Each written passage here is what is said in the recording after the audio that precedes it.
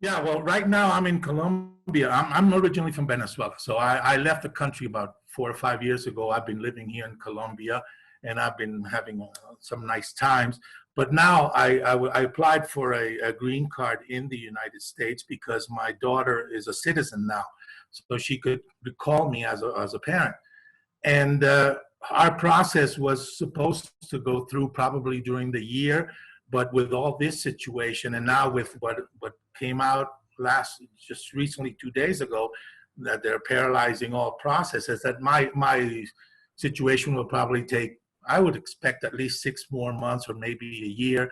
So I have to sort of readjust myself, and now I'm going to be probably staying here for a little while longer, while my wife, her green card came through because she started her process before me. So she's there at the United States right now, and I'm here, and we're sort of separate. That's really, yeah, that's an experience. My daughter has been living with me for 3 or 4 years because she came here to Colombia. Also, she's a doctor, and she had her papers verified here, so now she can practice medicine here in Colombia, and she's been working here in the health system.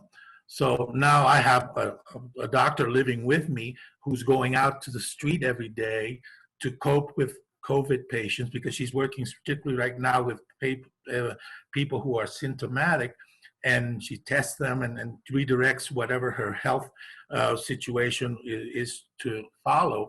So I have this situation in which I have someone who's going out to the field, going to the battlefield, who has to come back home every day with the eventuality that she could be some sort of contagious. So we have to take very good care of ourselves because it's not easy. I know it's for us. I mean, I take it proudly, but we have to be very careful because you know the situation, you know the risk that she's involved in, and the risk that she has. And I feel that sometimes people are not scared enough of the virus because it's always been said that sometimes it doesn't really hit you hard.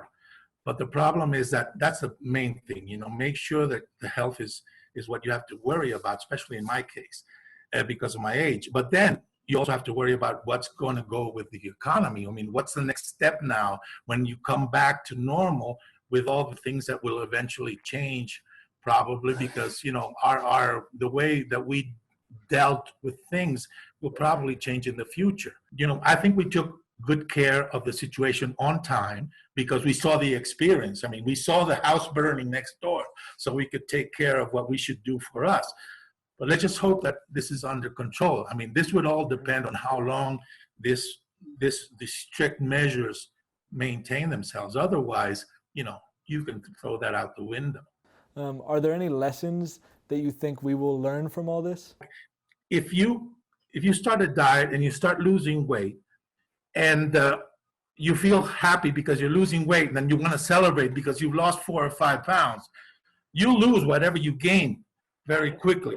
So I feel that if you take this as a diet, the same thing will happen. I mean, if you start seeing that the cases are going down or going down, and we're achieving, we're being successful, and you jump the gun, then it'll be like yo-yoing again.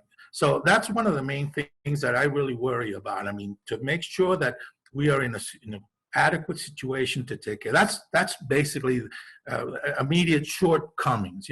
Make sure that we don't jump the gun. Well, I just want everyone to be patient, to understand that we are not alone. I mean, everybody is going through the same thing. We might have harder, greater hardships. Some might have an easier situation. I'm very thankful that in my case, my family, even though they're separate, because I have to, my family's in three different countries. I am happy that my son was caught in this thing in the United States with my daughter, with her mother. I was caught with my daughter, my other daughter. So, some people are even left alone and they don't have anyone to cope with. I have a 96-year-old mother who's living in Orlando, and I'm very worried about her because, of course, because of her age. So, like I said, everybody has to deal with their own situation and understand that we're all going through this in a greater or lesser cause or with greater or non-intensity.